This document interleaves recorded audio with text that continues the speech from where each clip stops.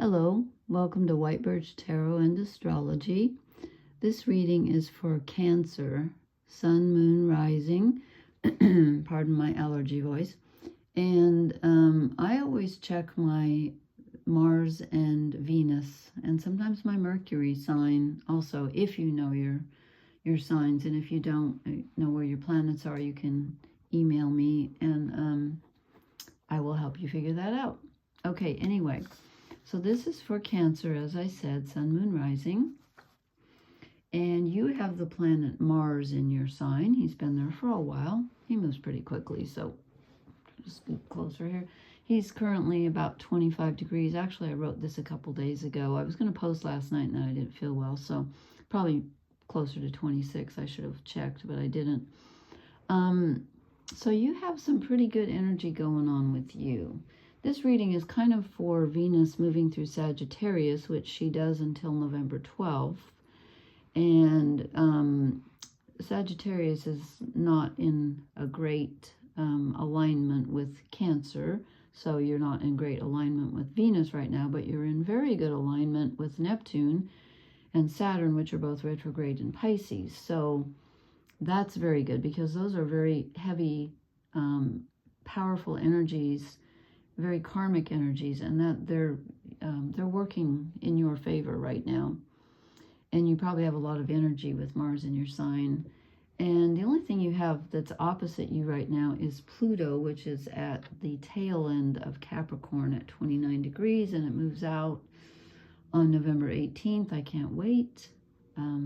Anyway, so I've pulled, the top row is general energy. The second row is romance, and if you're not interested in romance, it can be just relationships, friendships, family, whatever, okay? I can't get my share close enough. There we go. And I've drawn 3 shadow cards as well. Okay, so, and these cards, I love these cards. This is The Wild Unknown by Kim Krans. I love them, but they stick together, so I have one pot, 2 come out all the time. Okay, so the first card I pulled, and remember the first row is just general energy. I mean, it could be your career, just your life in general, how you're feeling, what you're doing, and I get justice.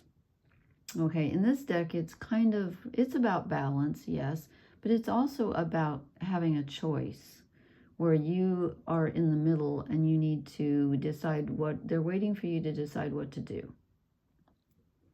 So there's some kind of a choice that you have to make between 2 different things. And I don't really see choice anywhere else, which is interesting. It could just be that you're feeling like things are fair in your life right now and balanced. That is possible, that things are feeling balanced, because you get a lot of very positive cards.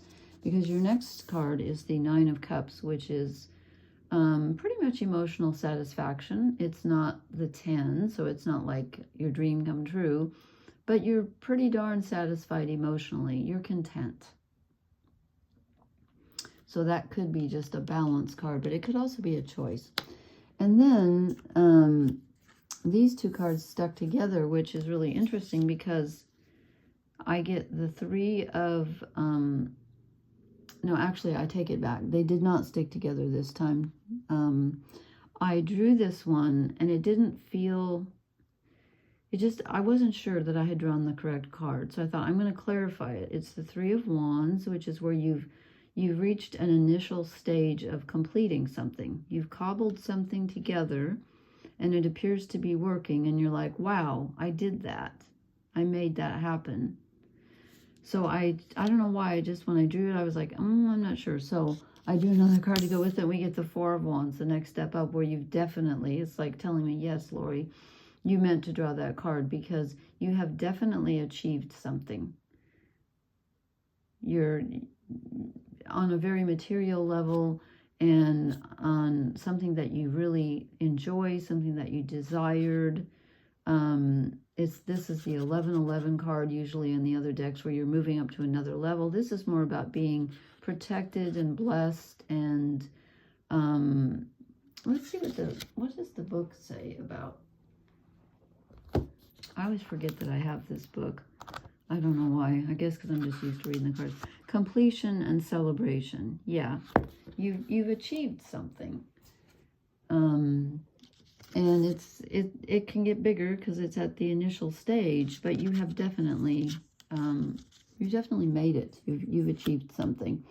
And then we get the Nine of Wands, which is a very similar energy, but it's even bigger. So this is the one where I always feel like you're coming up the basement steps from the underworld, and it could be, since the sun just moved into Scorpio recently, it could be going down into the basement steps. Because when the sun's in Scorpio, we all kind of take a deep dive, and Venus just moved out of Scorpio not long ago. I think Mercury's in Scorpio too. So, but I think this one's coming up for you, and you're like almost to the top. You might be a little tired of having been down for so long, but you're moving up, and you're not quite at the level of success or achievement or finishing this project that you want. It's not done, but you're almost, I mean, you've come a long way. You've come a long way, and you have achieved something. And the end, that you can see a goal in front of you, and you say, wow, I think I see what I'm moving toward. You might even see the end goal in sight. I don't know. And I wasn't going to do reversals, but this one, since none of the cards have come out for these readings, I'm on my 4th sign, and I've only had one other reversal, so I kept this one. This is the Eight of Wands, which is usually sudden movement, sudden change. It can also be sometimes sudden information coming in, a sudden change in energy, but it's in the reverse. And so that makes me feel like if there is a message coming in or someone's energy coming in, it's not to be trusted. Something is not what it appears to be. And this can also be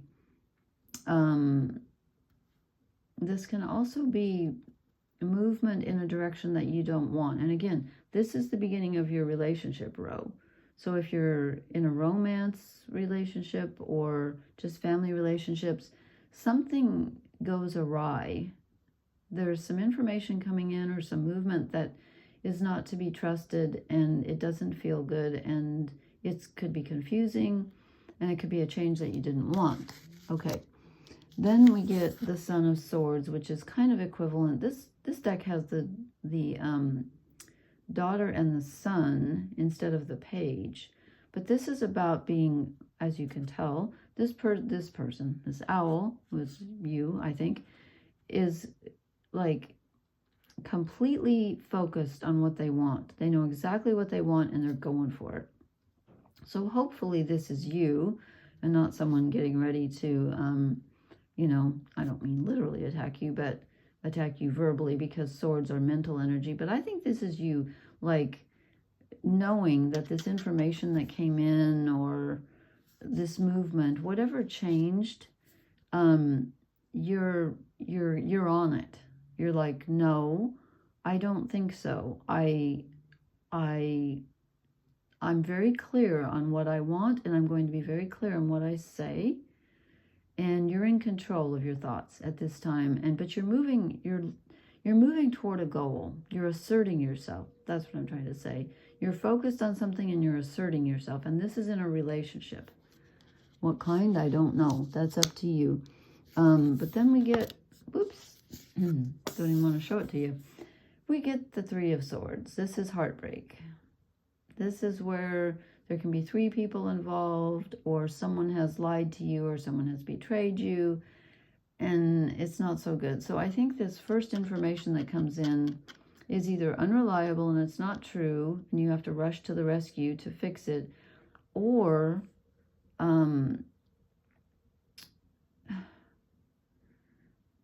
there's just something painful. Could be, you know what, this could be painful movement, or a painful change, or painful information coming in. But there are other people involved. It's nothing that you've done. It's something that's been done to you. So I don't think it's in the past. Let's see, what's the last card here? No, is telling you quite clearly that you just need to walk away from it.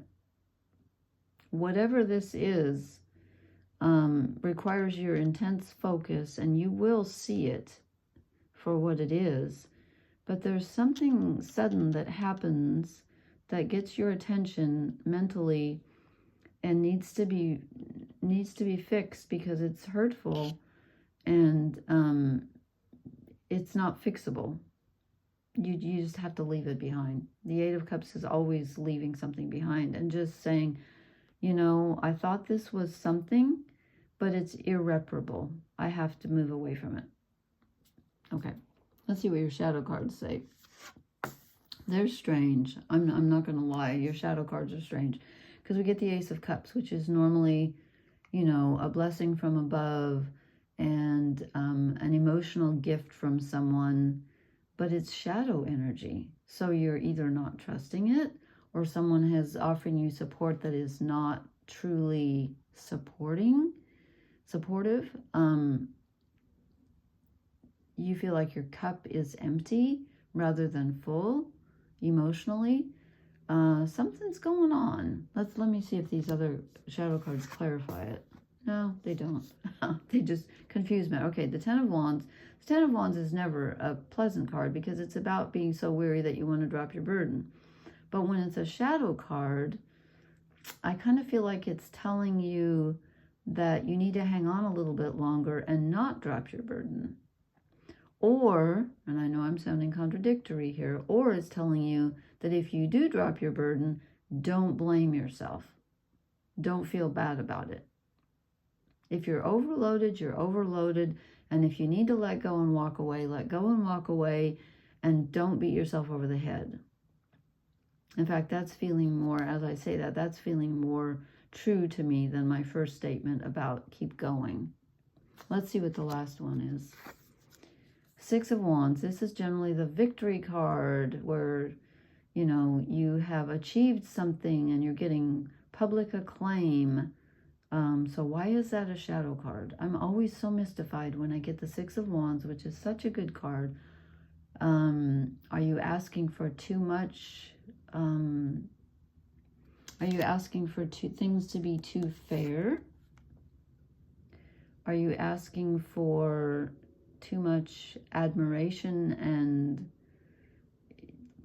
I get the feeling that you feel overburdened. Okay, you feel overburdened, which Cancer often is because people turn to you for emotional guidance and nurturing, and you end up, you know, mothering everybody, or, you know, even if you're a man, doesn't matter, you nurture everyone, and so you can be worn out, and your cup could be empty right now. You're feeling a little empty and tired, I think. Okay, so why the Six of Wands as a shadow card? You've got you've achieved something, but for some reason there's a shadow side to it. What is it? Is it because it's not quite the way you thought it was going to be? You haven't achieved it as big as you thought it was going to be, as the actress said to the bishop, sorry. Or is it, I'm going to clarify that. You know what? Let me draw your oracle cards, and let's see if they just automatically, my hot water bottle's in the way. It's so weird here. It was in the 80s Fahrenheit 2 days ago, and now it's really cold, and then it's going to go back up again. I swear. Okay, concentrate. Cancer, please clarify this. Ooh. Why is the Six of Wands in reverse? A change in the wind. Okay, I did not see a lot of change except for, yes I did, the Eight of Wands in reverse. Something that you thought was kind of stable, I think, is changing. There's a sudden something coming in. Let me see. I really want to clarify that shadow Six of Wands. Okay, round and round. This card never really clarifies for me. Let me take a look and see what... Maybe I'm missing something here. Let me just see if I'm missing something here. Are you refusing to see your own personal responsibility for repeating lessons you don't need to relearn? If it's relationship, are you wondering, how did I get here again? If it's prosperity, it says if you're in a scenario that appears to be an echo of something that's already happened in the past in your work life, it is because you're being invited to see what you couldn't see before. This is a perfect time for you to look at the deeper motives you have in your attraction to the opportunities and people who have entered your life to be part of your journey to prosperity, who helps you navigate, who sabotages you, who supports you. Maybe that Three of Swords is a sabotage. Okay, so the essential meaning is the spiral quality of events when a lesson isn't quite integrated. Cycles you are challenged to break, revisiting a pattern from a new perspective. So it says the appearance of this card is a reminder that although it may appear you've gone backward, the truth is you are standing at a higher level, looking down into your circumstances. Well, you certainly are. You certainly are at a higher level.